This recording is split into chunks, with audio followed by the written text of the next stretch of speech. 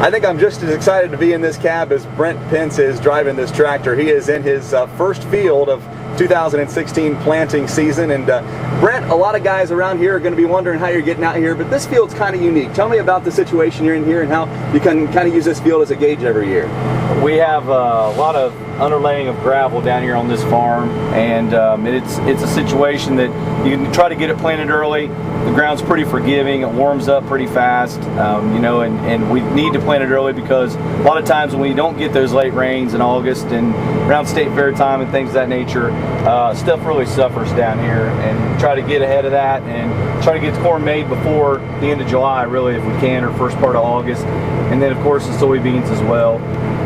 We would take a little risk this time of year planting the soybeans down here, not so much from the ground temperatures and things like that, but if Mother Nature deals with some frost in the next couple weeks, that's probably a bad situation. We've got some dust on the hood, we've got some dust flying behind us, so obviously this field is fit.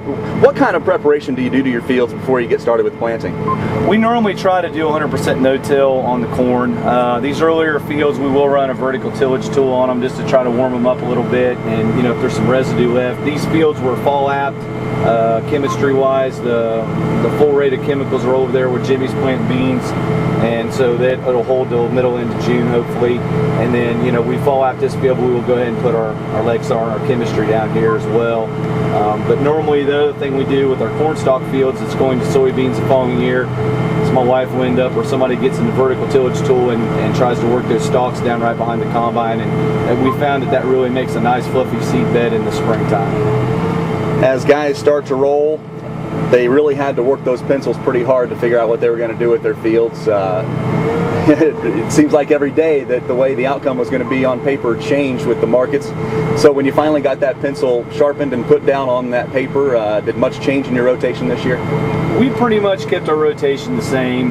We may have one field of beans that's going back to beans, but for the most part we kept it the same. I feel like there's opportunities here to get some corn marketed, some extra corn marketed right, and it just depends on, obviously, if the planting season's delayed, as you well know, that markets can run up. But I just feel like that we've had really good success with keeping everything rotated and having the ability to try to fend off some diseases and stuff like that.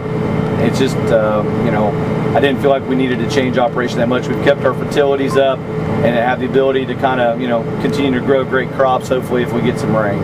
After you get this field planted, this planter goes back in the barn. You have to have a restraint for a couple of days. How hard's that going to be? Pretty hard. I would say that I know that we should not go around home and plant up there. The soils are more clay, sandier type soils, less forgiving, and I am certain they're a lot colder, being that 5 days ago it was 20 degrees at night. So we'll probably plant a couple more fields of beans just to try to give us some of that early market basis maybe, but I believe we're going to concentrate on burn down and spreading fertilizer and leave the corn planter in the barn.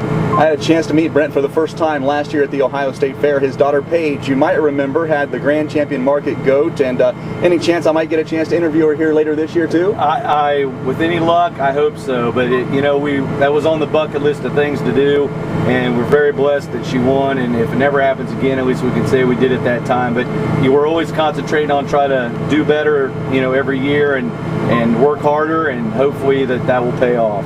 Planting 104-day corn here in New Carlisle in Clark County with Brent Pence here for the first cab cam of 2016, and thanks for letting me ride along. I appreciate it. Thank you, Ty. Appreciate it. For the Ohio AgNet, I'm Ty Higgins. Be safe out there, and we'll see you down the road.